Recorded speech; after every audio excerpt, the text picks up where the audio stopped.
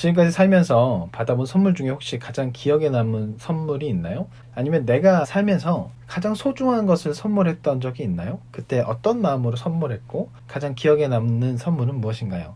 우리가 어떤 사람에게 선물할 때 싫어하는 사람에게 선물하지 않아요. 내가 좋아하는 사람에게 선물하고 또 나의 소중한 것은 소중한 사람에게 선물을 하죠. 그래서 소중한 선물을 받을 때 받는 사람도 그 소중함을 느끼게 되죠.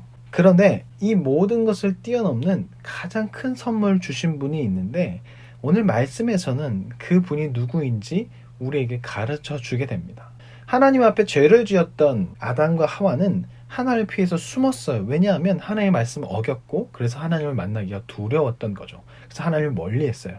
근데 그 이후에 사람들은 다 죄를 짓게 되고 결국 죄를 지은 사람은 마음속에 어둠이 가득해서 빛 대신 예수님께 나아가지 못하게 되고 결국 하나님은 그런 어둠 속에 있는 사람을 불쌍히 여기셔서 그런 우리에게 선물을 주셨는데 그 선물이 바로 예수님이라는 거죠. 사람들이 하나님께 다가오지 않으니 결국 예수님을 보내셔서 그 사람들이 예수님을 통해 하나님에게 나올 수 있도록 선물을 주신 거예요. 그 선물은 바로 예수님이에요.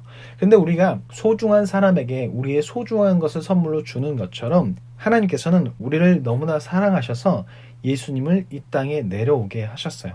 예수님은 하나님이시면서 하나님의 아들이지만 이 땅 가운데 인간의 몸을 입고 내려올 정도로 우리 인간을 사랑하신 거죠. 그래서 원래는 우리가 죄를 지은 것에 대해서 우리가 심판을 받아야 하고 벌을 받아야 하지만 예수님께서 대신해서 벌을 받고 심판을 받으셨어요. 그래서 예수님을 믿게 된 우리는 하나님의 선물인 예수님을 받게 되었고 그로 인해서 우리는 영원한 생명을 선물로 받게 되었어요.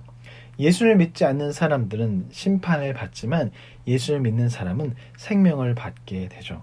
그렇게 영원한 생명을 받은 우리는 영원한 생명을 받지 못한 사람과 다른 삶을 살아가게 되는데 바로 그것은 어두운 죄를 버리는 거예요. 그리고 빛 대신 예수님을 사랑하는 것이고 하나님께 점점 더욱더 가까이 나아가는 거예요. 우리는 예수님으로 인해서 새로운 생명을 얻은 사람이요. 새로운 생명을 얻은 사람답게 소중한 선물을 하나님께 받은 사람답게 하나님께 더욱더 나가고 그 사랑을 받은 사람답게 예수님을 사랑하고 이웃을 사랑할 수 있는 그리고 날마다 하나님을 찾을 수 있는 우리가 되었으면 좋겠습니다.